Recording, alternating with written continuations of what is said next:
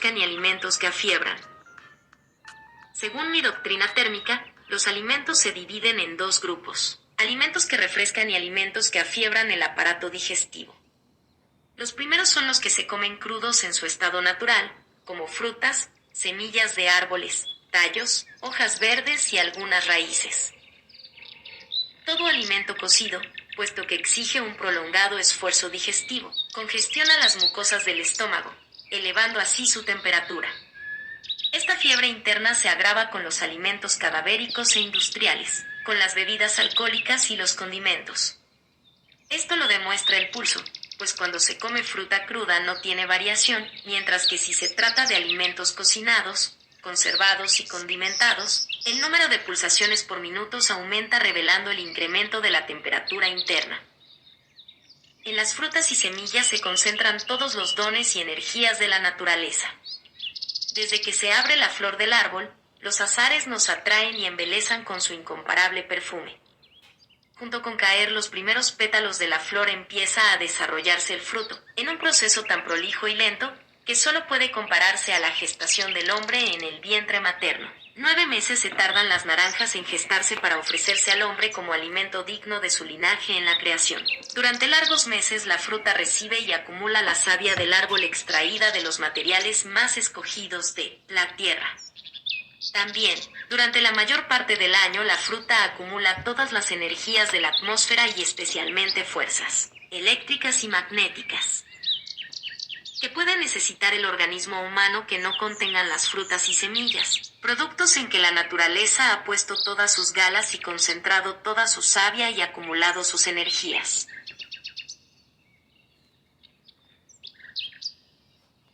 La falsa ciencia que abdica de la razón deriva sus conocimientos de observaciones a través del microscopio, de reactivos de laboratorio y de aparatos. Ha falseado el criterio del hombre con teorías artificiales y erróneas como las de calorías, albúminas, vitaminas y otras, fundadas en la química orgánica, tan oscura e impenetrable. Según esta ciencia de laboratorio, es preciso dosificar la ración alimenticia de cada persona para producir calor adecuado en los anémicos, carnes y gordura en los flacos, adelgazar a los gordos, etc. Sin embargo, vemos que una vaca que produce carnes, cueros, pelos, grasas, leche, albúminas, etc., come un solo alimento: el pasto, que crece en pocos días de calor y humedad y cuyas raíces solo penetran unos centímetros en la tierra. El laboratorio del organismo animal tiene misterios impenetrables que solo pueden descifrarse observando a la naturaleza que poseemos y nos rodea. Muchos piensan que el alimento de la fruta es insuficiente porque al poco rato de haberlo ingerido sienten nuevamente necesidad de alimentarse. En cambio, un plato de carne o de frijoles deja satisfecha a la persona durante largas horas. Eso se explica porque frutas y semillas son digeridas y asimiladas sin esfuerzo, sin dejar residuos malsanos. En cambio, un trozo de carne o un plato de frijoles obligan a un trabajo prolongado que hace que el individuo se sienta repleto durante 4 o más horas que dura la digestión, o, más bien, la indigestión. Este proceso de indigestión es lo que lastimosamente se confunde con una alimentación suficiente. Pero en este caso hay un doble desgaste de fuerzas: energías consumidas en la laboriosa tarea digestiva y energías gastadas en expulsar los residuos malsanos de esa nutrición inadecuada. En cambio, las frutas, ensaladas y semillas de árboles, puesto que no imponen esfuerzo al aparato digestivo, permiten comer a cada rato sin peligro de indigestión. Pasando a otro aspecto del tema, recordemos que el tubo digestivo empieza en la boca, por lo tanto, ahí se inicia la digestión, que continúa en el estómago y los intestinos. La conveniente masticación de los alimentos y su mezcla con la saliva, o insalivación, es la base de una buena digestión, pues no se le puede pedir al estómago que realice una tarea que corresponde a la boca. La masticación apresurada e incompleta y la insuficiente insalivación son causa de trastornos en el estómago, pues se impone el penoso trabajo de procesar alimentos mal preparados. Esto nos señala la importancia de tener una dentadura sana, la que se destruye por desarreglos digestivos.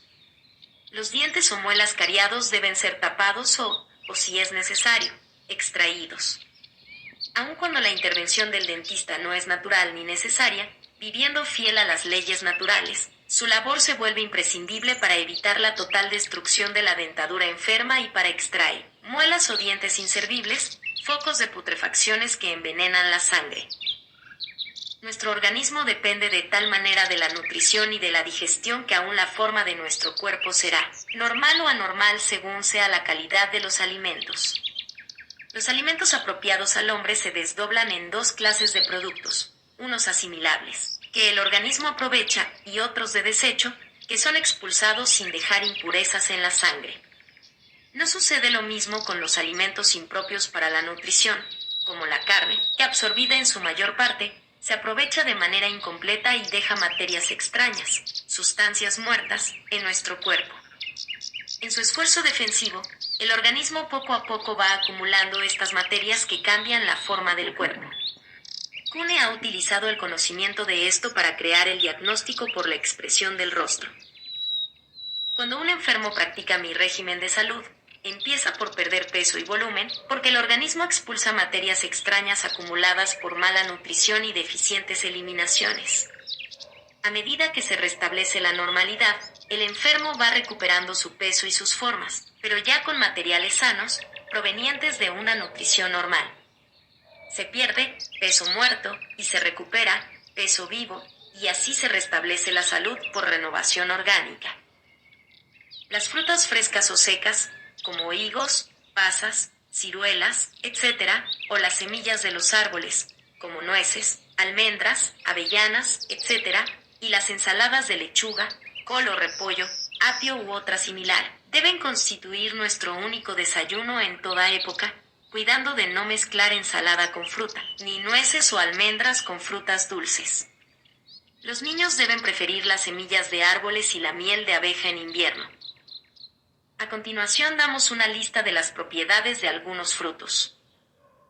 Las fresas, además de su aroma y sabor exquisito, tienen propiedades antigotosas y vermífugas. Las especies silvestres disuelven las solidificaciones articulares del ácido.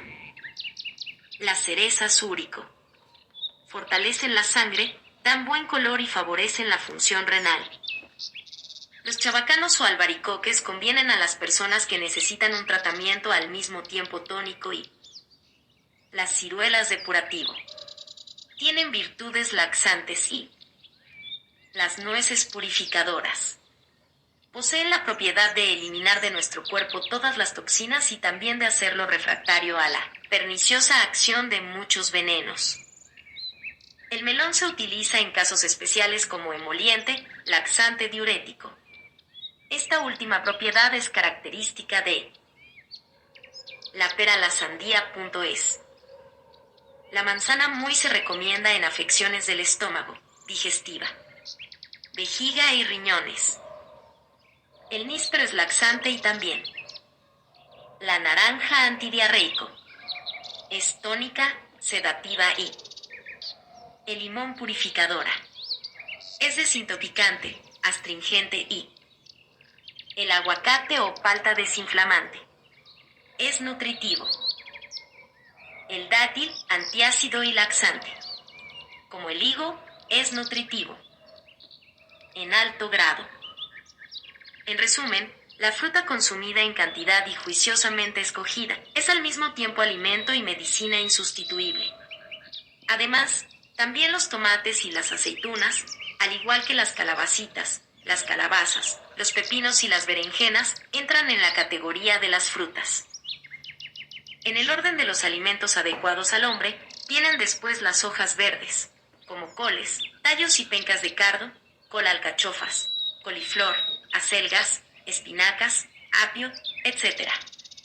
Raíces como nabos, rábanos, salsifíes, zanahorias, betabel, papas, echadotes, hinojos, espárragos, etc. La mayoría de estos pueden comerse crudos, y los otros pueden cocerse al vapor, sin perder el agua del cocimiento, en la que se pueden preparar sopas de pan tostado, avena, etc. Hay otros alimentos provenientes del reino vegetal, sin presentar los graves inconvenientes de las carnes, sin embargo debe limitarse su uso debido a que son difíciles de digerir. Estos son los granos en general y especialmente los farináceos secos, como frijoles, lentejas, garbanzos, chícharos, habas, etc. En su estado fresco o verde estos productos son siempre recomendables, pero una vez secos son indigestos y favorecen fermentaciones malsanas. Estos inconvenientes no se presentan en las personas que hacen vida activa al aire libre, como el labrador del campo. Para los enfermos, especialmente si guardan cama, son especialmente nocivos. El trigo, maíz, avena, centeno, etc., son más digestibles, pero su uso debe ser moderado y prepararse mezclados con verduras. En su estado verde son sanos y adecuados a toda persona. El trigo germinado es un alimento muy recomendable mezclado con ensaladas de hojas verdes. Se prepara humedeciendo los granos de trigo hasta que aparece el brote. En estas condiciones se agrega a las ensaladas en proporción de 1 o 2 cucharadas soperas. Aquí tenemos mejores vitaminas que no pueden preparar los laboratorios. Las harinas finas y las masas y las pastas como los tallarines son más o menos indigestas, y para evitar ese inconveniente deben mezclarse con hojas verdes y hortalizas en general.